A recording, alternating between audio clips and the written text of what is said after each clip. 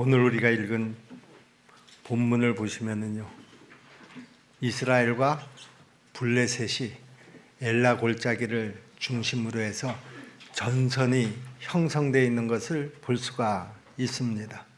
그런데 오늘 이 엘라 골짜기에 형성된 전선 그 바로 전에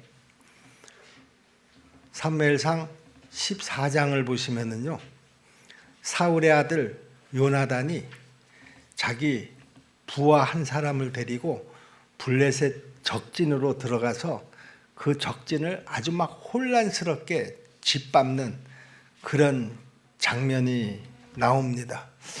요나단이 아버지의 허락도 받지 않고 자기 개인적인 판단으로 그 자기 부관 한 사람을 데리고 적진으로 뛰어들어가서 하나님만 믿고 그 적진을 완전히 혼란에 빠뜨리게 된 것이죠. 아버지 사울이 나중에 그 상황을 판단하고 이제 군사를 보내서 블레셋을 믹마스에서 완전히 아주 괴멸을 시키다시피 합니다.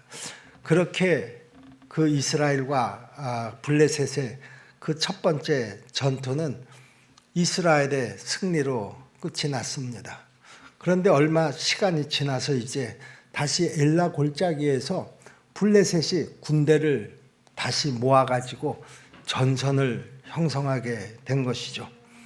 그런데 이번 그 엘라 골짜기에서의 블레셋하고의 그 전선은요, 지난번 14장에서 그 보여주었던 그런 상황이 아니었었다라고 하는 것이죠.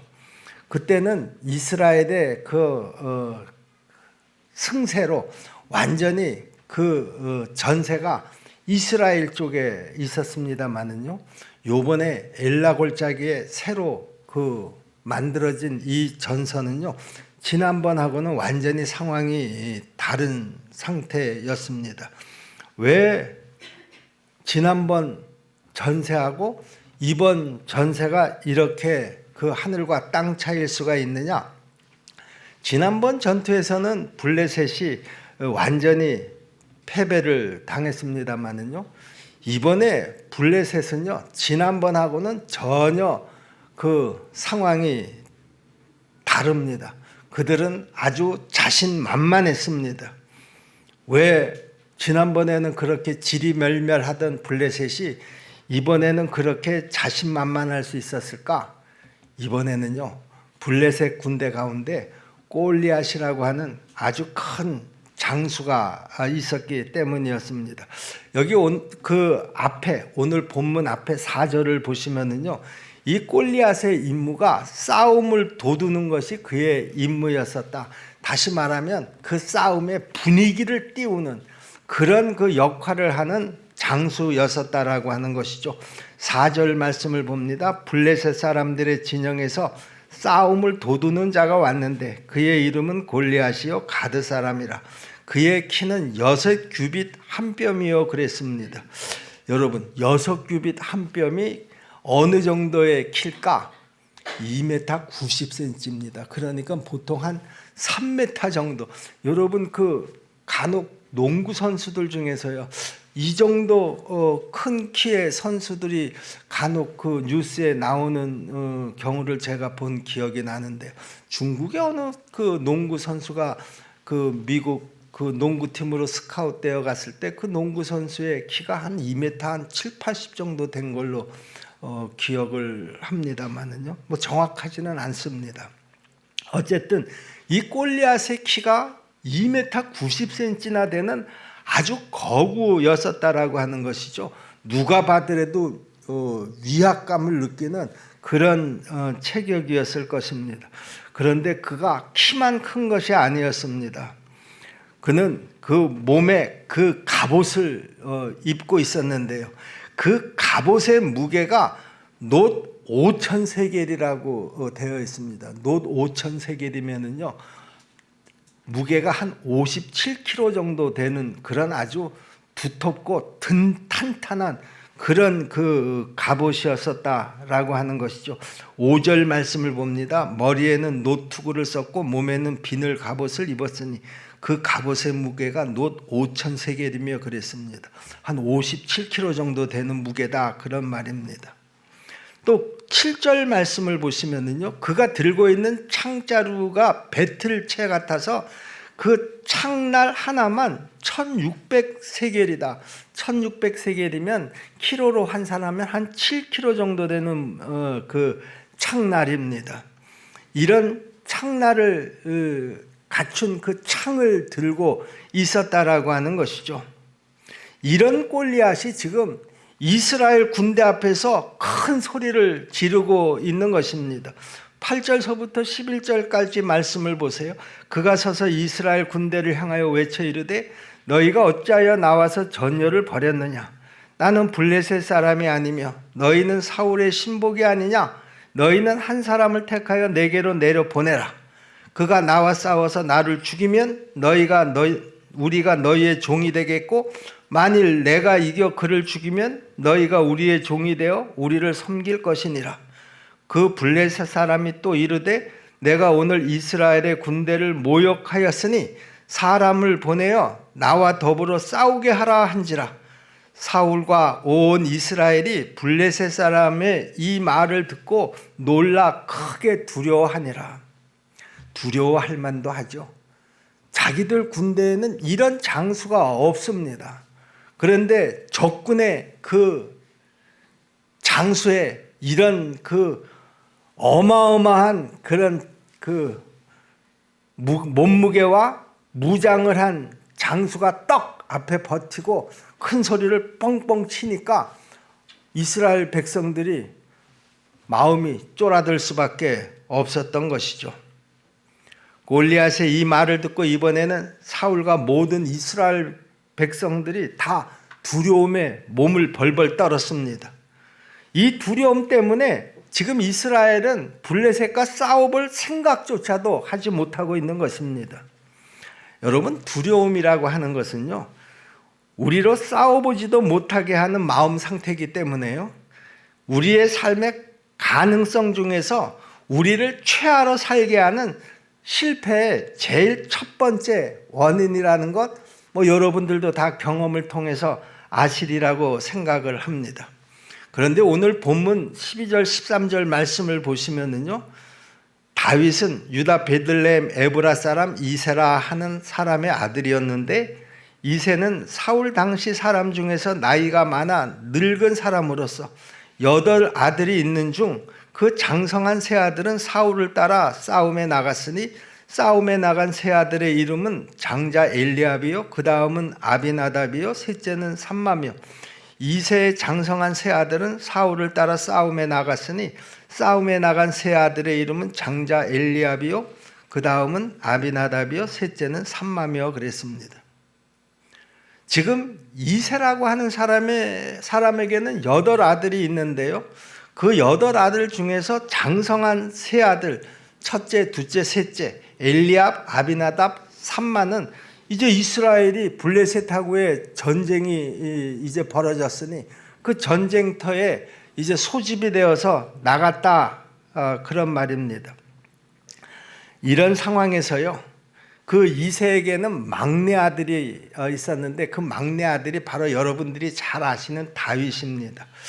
이 다윗이 이제 전쟁터에 나간 형들에게 도시락을 전해주려고 아버지가 그 다윗에게 형들에게 줄 도시락을 챙겨가지고 그 전쟁터로 보냈는데요.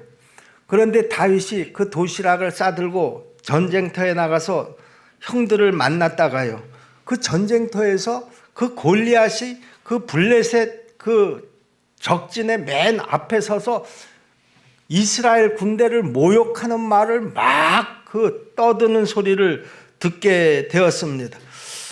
골리앗이 이스라엘 그 군대 앞에 나타나자 24절 말씀을 보세요. 이스라엘 백성들이 그야말로 혼비백산을 해서 도망을 가는 장면이 기록이 되어 있습니다.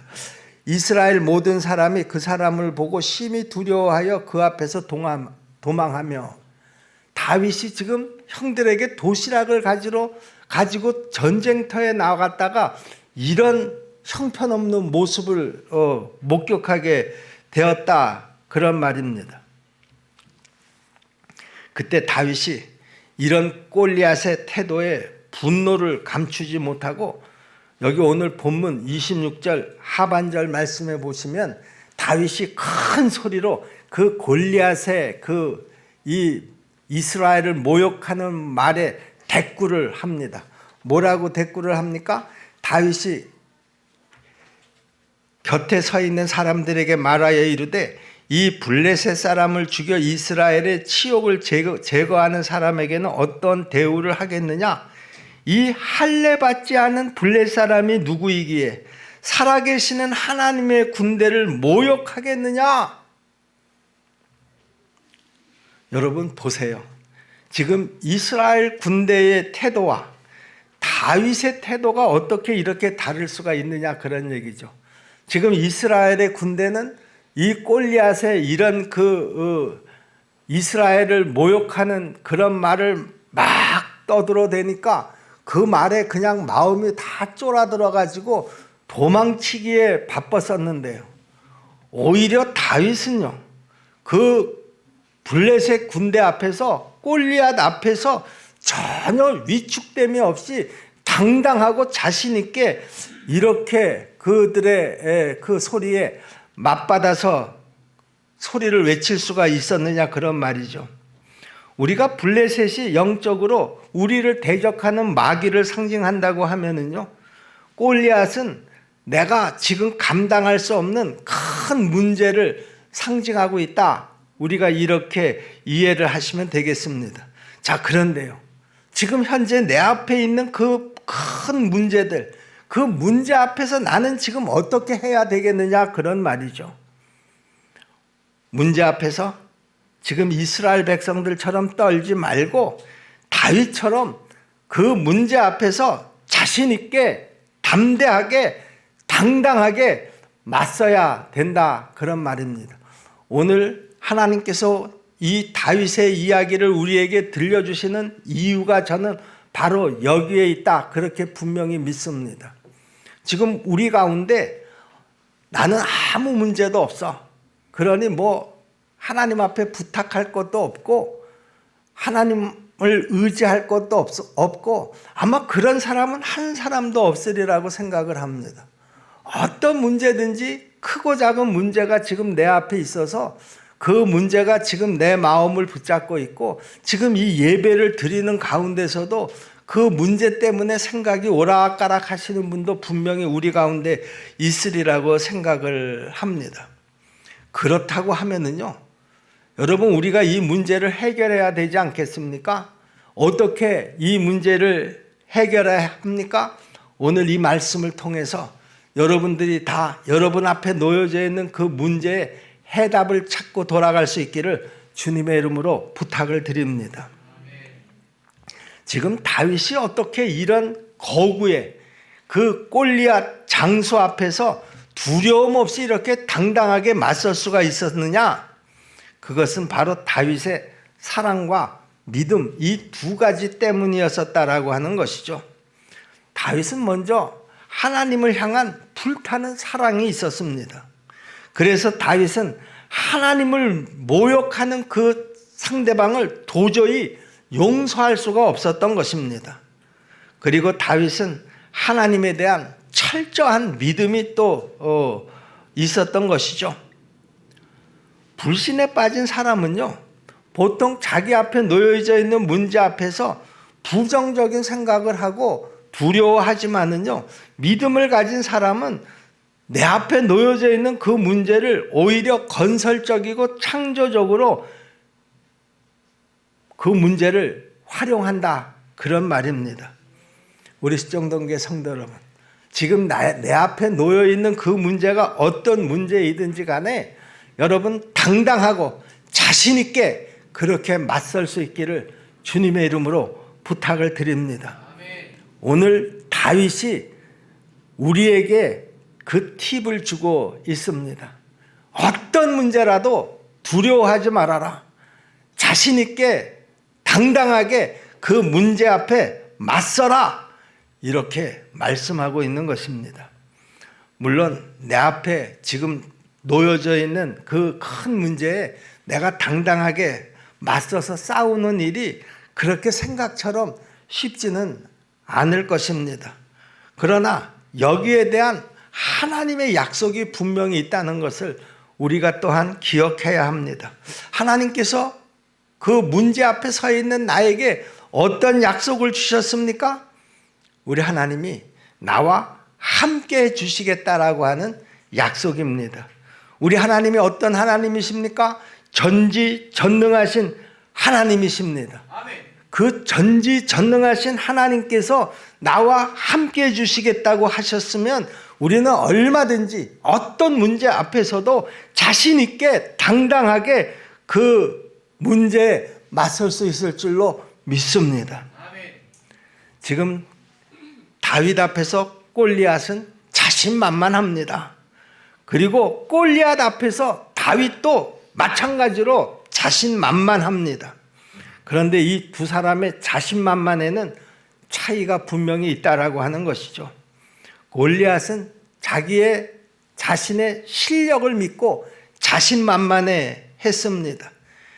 그래서 골리앗은 다윗을 보고 아니 저 머리에 피도 안 마른 것이 감히 이렇게 다윗을 무시했었던 것이죠.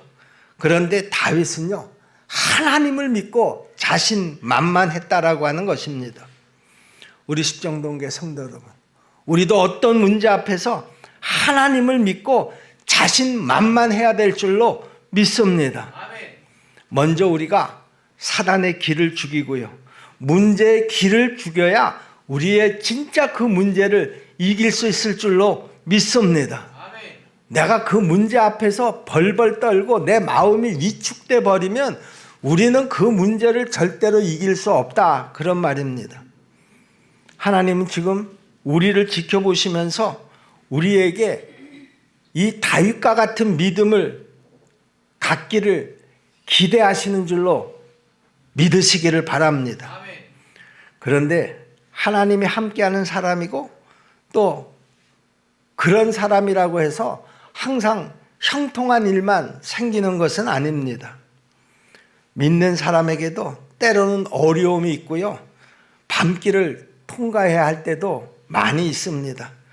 그러나 하나님의 손이 나를 붙들어 줄 때는요, 나는 아무 염려하지 않고 그 어두운 밤길을 담대하게 갈 수 있을 줄로 믿으시기를 바랍니다.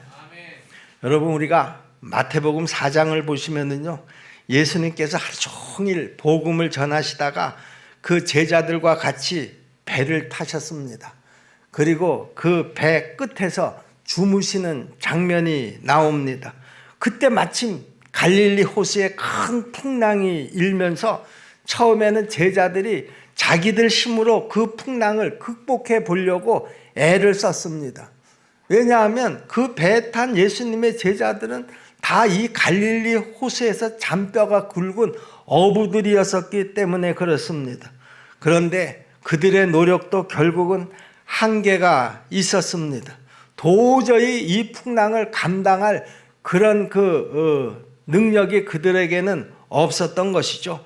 이제 우리는 여기에서 다 죽게 되나 보다, 그 제자들이 이제 다 자포자기하고 있는 그런 상황 속에서 마지막 희망은 지금 저 배 고물에서 깊은 잠에 빠지신 예수님을 깨우는 일이었습니다. 예수님이라고 하면 이 상황을 어떻게 극복해 낼 수 있지 않을까라고 하는 그야말로 한 가닥 희망을 가지고 예수님을 흔들어 깨웠습니다. 선생님, 우리가 지금 죽게 됐는데 아니 이 상황을 돌아봐 주시지 않으시고 그렇게 잠만 주무시면 어떻게 합니까? 그런데 그때 주님께서 잠에서 일어나셔서 제자들에게 뭐라고 말씀하셨나요? 믿음이 적은 자들아, 왜 의심하였느냐? 그리고 바람과 바다를 명령해서 그렇게 그 풍랑을 일으키던 바다를 순식간에 잠잠하게 만들어 주신 것을 우리가 잘 알고 있습니다. 여러분, 예수님이 탄 배도요, 때때로 이렇게 풍랑을 만난다라고 하는 것을 우리가 알아야 합니다. 어떤 사람들은요, 내가 예수만 믿고 교회만 다니면 내 인생은 이제 그때서부터 순풍에 돛을 단다, 그렇게 이야기하시는 분들이 간혹 있습니다. 내가 예수만 잘 믿으면 사업도 잘 되고 돈도 많이 벌고 모든 게 다 형통하게 되고 남편도 출세하고 우리 아이도 대학교에 척척 가서 붙을 것이다, 그렇게 말하는 사람들이 있습니다. 여러분, 그런데요, 성경에 그런 말 하나도 없습니다. 예수 잘 믿으면 내 남편 사업도 잘 되고 우리 아이가 대학에 척척 가서 붙고, 이런 말은 성경에 기록되어 있지 않다라고 하는 것입니다. 오히려요, 요한복음 16장 33절을 보시면은요, 너희가 세상에서 환난을 당하나 그랬습니다. 무슨 말입니까? 믿는 자들도 환난을 당할 수 있다, 그런 말이죠. 그리고 예수님은 계속해서 이렇게 말씀하셨습니다. 너희가 세상에서 환난을 당하나 그러나 담대하라, 내가 세상을 이기었노라. 우리가 세상에서 실패하기도 하지만은요, 주님을 믿고 담대하라, 그런 말씀입니다. 여러분, 문제와 실패는요, 우리의 굳건한 믿음을 보시려고 하는 하나님의 뜻일 수도 있다라고 하는 것입니다. 그 문제 속에서 내 믿음이 정말 진짜 믿음인가 하는 것을 보여드려야 한다라고 하는 것이죠. 그러면 반드시 그 문제를 통해서 우리 하나님은 합력해서 선을 이루는 그 역사가 있을 줄로 여러분 꼭 믿으시기를 바랍니다. 요셉은 그런 점에서 아주 모범적인 삶을 살았던 사람입니다. 그는 어려움 중에서도 낙심하지 않고 자신 있게 당당하게 살았던 사람입니다. 그는 감옥에 들어가서도 전혀 위축되지 않고 씩씩하게 그 감옥 생활을 잘 감당해 냈습니다. 아니, 어떻게 감옥에 들어가서도 그렇게 위축되지 않고 씩씩하게 당당하게 살 수가 있었을까? 여러분, 요셉에게는요, 하나님이라고 하는 배경이 있었기 때문에 그렇습니다. 그 하나님이 요셉이 들어가 있는 그 감옥 속에서도 항상 요셉과 함께 하셨다라고 하는 것입니다. 여러분, 내가 지금 어디에 있느냐? 그것은 그렇게 큰 문제가 아닙니다. 여러분, 내가 지금 어떤 환경에 처해 있느냐? 그것 또한 그렇게 큰 문제가 아닙니다. 내가 어디에 있든지, 내가 어떤 환경에 처해 있든지 하나님이 지금 나와 함께 계시느냐? 이것이 바로 중요한 문제라는 것이죠. 그때 바로 진정한 승리가 주어지는 줄로 여러분 꼭 믿으시기를 바랍니다. 우리 십정동교회 성도 여러분, 하나님과 함께하는 삶, 그것은 바로 내가 하나님 편에 서는 것입니다. 여러분, 하나님 편에 서서 나가시기를 바랍니다. 예수님께서 뭐라고 말씀하셨나요? 너희가 내 안에 거하고 내 말이 너희 안에 거하면. 그게 무슨 말입니까? 나와 하나님이 한편이라는 거예요. 나와 예수님이 하나라는 것입니다. 그러면 너희가 무엇을 구하든지 너희가 구하는 것을 내가 다 들어주겠다, 그런 말입니다. 너희가 나와 한편이 된다고 하면, 너희가 나와 한편이 되는 것을 너희가 분명히 믿는다고 하면 걱정하지 말아라. 어떤 상황이 네 앞에 놓여져 있다고 하더라도 그 상황 때문에 위축되지 말아라. 내가 누구냐? 나는 전지하고 전능하신 하나님이시다. 여러분 믿습니까? 입으로만 우리가 전지전능하신 아버지 하나님 그러지 마시고요. 정말 내가 전지전능하신 아버지 하나님이라고 부를 때는요, 정말 우리 하나님이 그런 전능자인 것을 꼭 믿으시기를 주님의 이름으로 부탁을 드립니다. 그 전능자와 내가 한편이 되고 있다. 그런데 내가 두려워할 일이 뭐가 있겠느냐 그런 말입니다. 내가 경제적으로 지금 어려움에 처해 있나요? 내가 건강 때문에 지금 힘든 상황 속에 있나요? 환경이나 상황은 그렇게 중요한 문제가 아니다라고 하는 것이죠. 성경에서 우리는 그런 사례들을 수없이 우리에게 보여주셨습니다. 제가 방금 요셉의 경우도 예를 들어서 말씀을 드렸고요. 예수님의 제자들의 경우도 예를 들어서 여러분들에게 말씀을 드렸습니다. 그들은 다 위기의 상황 속에서도 예수님과 함께함으로 그 위기를 넉넉하게 자신 있게 다 극복한 사례들이라는 것입니다. 여러분, 세상에요, 마귀를 당해낼 사람은 없습니다. 왜냐하면요, 우리는 육신을 가지고 있고요, 마귀는 영물이기 때문에 그렇습니다.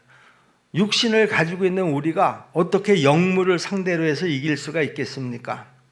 도저히 육신을 가지고 있는 나는 그 영물을 이길 수가 없습니다. 그러나 우리 주님이 나와 함께 하시고 내 편이 되어 주신다고 하면 아무리 사단 마귀가 영물이라고 하더라도 우리는 그 사단 마귀를 넉넉히 이길 줄 믿으시기를 바랍니다.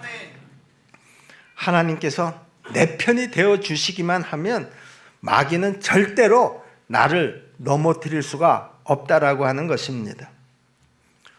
우리 십정동계 성도 여러분, 이 한 가지 사실은 꼭 잊지 마시기를 바랍니다. 하나님이 내 편이 되어 주시는 것도 중요하지만은요, 내가 하나님 편이 되는 것이 저는 더 중요하다고 생각을 합니다. 하나님을 자기 편한 대로 이용하는 자가 되지 말아야 한다, 그런 말이죠. 내가 어떤 다급한 문제가 벌어지고 기도의 제목이 있을 때만 우리 하나님을 찾지 마시고요, 평소에도 하나님과의 관계를 깊은 관계로 잘 유지하시고요, 그리고 어떤 일을 만나더라도 내가 하나님 편이다라고 하는 사실을 우리 하나님 앞에 인정을 받아야 한다, 그런 말입니다. 여러분, 에브라함 링컨을 다 잘 아시고 계시죠? 에브라함 링컨의 일화 가운데 이런 유명한 이야기가 있습니다. 남북전쟁이 한참 치열하던 때였습니다. 그 에브라함 링컨의 참모가 링컨을 찾아와서 아주 침울한 표정으로 지금 어려워져 가고 있는 전세에 대해서 보고를 했습니다. 그러면서 이렇게 중얼거렸습니다. 지금 이 상황에서는 하나님께서 우리 편이 되어 주셔야 우리가 이 전쟁에서 이길 수가 있을 텐데, 혼잣말로 그렇게 중얼거리니까 링컨이 그 참모에게 아주 여유만만하게 이렇게 말했다고 그럽니다. 여보게, 하나님이 우리와 함께 하실 것인가? 그런 거 걱정하지 말고 내가 하나님 편이 된다고 하면 문제는 다 해결될 거 아니겠는가? 하나님이 내 편이 되어 주실 것을 걱정하지 마라. 내가 하나님 편이 된다고 하면 이 문제는 한순간에 깨끗이 해결되는 것이다. 아멘. 여러분, 나에게 어떤 어려움이나 어떤 시험 환난이 오더라도 여러분, 젊은이들 말 맞다나 절대로 쫄지 마시기를 바랍니다. 아멘. 염려하지 마시기를 바랍니다. 두려워하지 마시기를 바랍니다. 아멘. 포기하지 마시기를 바랍니다. 아멘. 우리가 하나님 편에 있기를 고수한다고 하면은요, 우리 하나님은 틀림없이 내 편이 되어 주셔서 우리에게 그 문제 해결의 역사와 큰 축복의 역사를 허락하실 것을 여러분들이 꼭 믿으시기를 주님의 이름으로 축원합니다. 때때로 골리앗과 같은 큰 문제가 있다고 하더라도요, 우리가 그 문제 앞에서 다윗과 같은 그 굳건한 믿음으로 승리하는 그런 우리 십정동교의 모든 성도들이 다 되시기를 다시 한번 예수님의 이름으로 축원합니다. 아멘. 기도하겠습니다. 은혜로우신 아버지 하나님, 오늘 주신 말씀을 통해서 지금 내 믿음을 돌아보게 하시고 지금 내 앞에 놓여져 있는 그 문제 앞에서 우리가 다윗처럼 흔들리지 않게 도와주시옵소서. 하나님이 나와 동행해 주시고 나와 한편이 되어 주심을 분명히 믿습니다. 아니, 내가 하나님 편에 선 것을 분명히 고백합니다. 이런 상황에서 내 앞에 어떤 문제가 놓여 있다고 하더라도 우리 하나님이 함께 하심으로 그 어떤 어려운 문제도 다 극복해낼 수 있을 줄로 믿습니다. 은혜로우신 아버지 하나님, 오늘 이 말씀을 우리에게 주신 분명한 이유가 있는 줄로 믿습니다. 우리 모두 오늘 이 다윗의 자신감, 확신, 이 믿음을 우리 마음판에 잘 새기게 하여 주옵시고 우리도 다윗처럼 우리가 이 험한 세상을 살아가는 동안에 어떤 문제를 만나든지 우리가 위축되지 않게 도와주시옵시고 하나님을 사랑하는 그 뜨거운 열정과 흔들리지 않는 이 믿음, 하나님이 나와 함께 하신다라고 하는 이 믿음으로 이 모든 어려운 큰 문제들을 다 극복해낼 수 있도록 도와주시옵소서. 예수님의 이름으로 믿고 기도하옵나이다. 아멘.